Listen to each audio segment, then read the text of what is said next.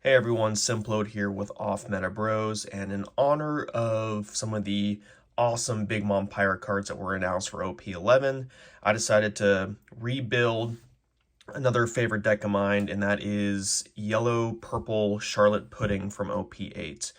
This is a great deck to use, especially with not only do you get the amazing ramp ability with purple, but he also gets the annoyance of yellow triggers along with some of the big yellow cards that come near the end game.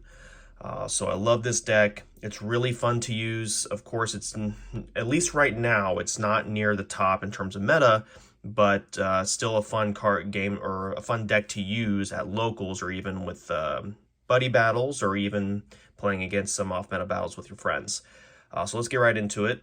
So it's a great leader. When attacking, you may turn 2 cards at the top of your life cards face up, and then you can ramp Arrested Dawn. So you can see that it definitely helps with the ramping, so you can throw out some of your major cards later on, such as the 10 cost aces or even the 10 cost big moms. All right. First, of course, you do have to run 4 of the Searcher Puddings, of course, so you can get some of your late game cards. Pretty much the majority of this deck is Big Mom Pirates, so you can really search for anything. So, of course, that's why I run 4, because you never know, especially if you mulligan, you need some extra help early on to find some cards for late game.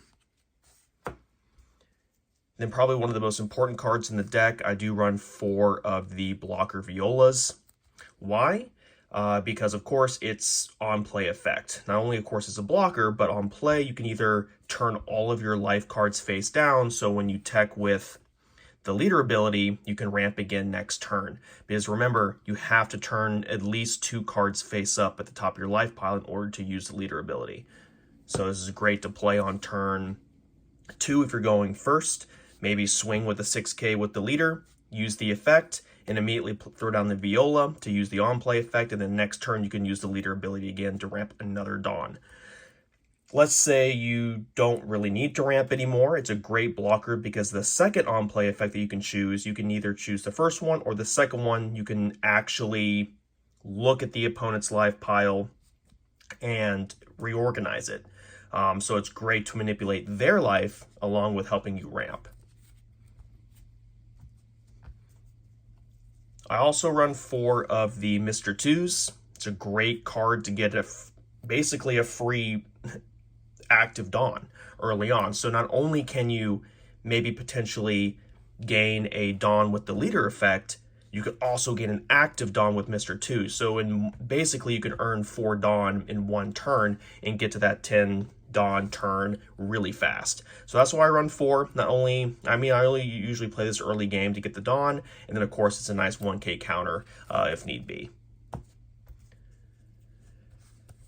Of course, I do run 4 of the Charlotte Katakuris. This is also a great card. Let's say you don't pull any Mr. 2s in your early game, or even Violas. You could also use this to ramp as well. So on play, you can turn the top card of your life pile face down, and then you get one active Dawn to use to attack with. So it's a great card to have, especially, not only is it a great 7k swing, but also get an extra Dawn if you need to early on. I then run 3 of the ST20 Linlins. This is a great card to use even in endgame. People don't realize that, let's say they have a life, along with you want to clear their hand, you can play this card near the end if you want to be able to go for game. Because it forces them to either, of course, trash a life or trash 2 cards from their hand. So they have to really start to think whether or not they want to go ahead and trash maybe some counters in their hand or just go ahead and take the risk and trash a life.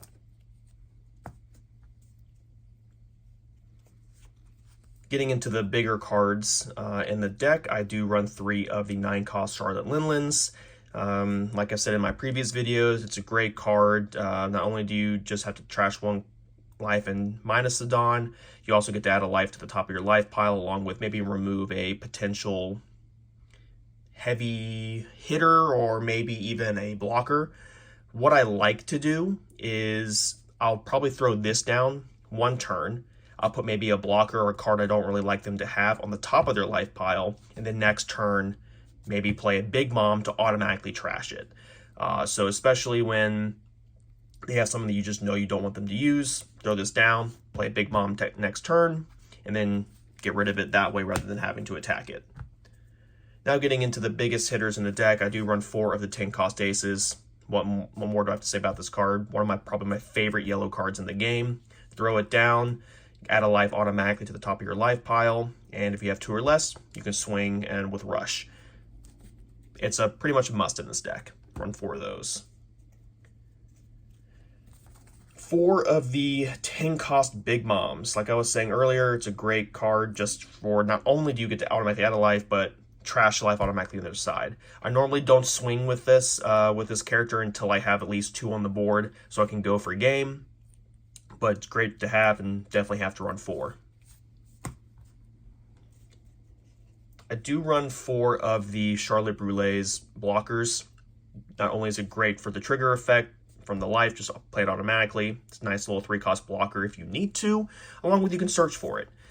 So it's great to have at least 4 of, at least in any Big Mom deck. I did replace the Frankies with the Charlotte Flampes. Now, I don't really use her for her ability as much as it's just a nice 2K to have, along with you can search for it. Let's say early game you realize you don't have a lot of counter of your hand. You have maybe a couple Big Moms or something that is just very bricked. You can search for it and then get a couple 2Ks in your hand. I run 4 of the other Charlotte Brulees, the counter ones, the 2K counters, plus it's a great trigger. Not only can you manipulate your life potentially, but you could also manipulate your opponent's life. Not only, maybe let's say you throw down a Katakuri 6 cost and you still have 1 life fates up, you can use the trigger and then you can put that card at the bottom of your life pile as well, especially if it's a 0 cost event.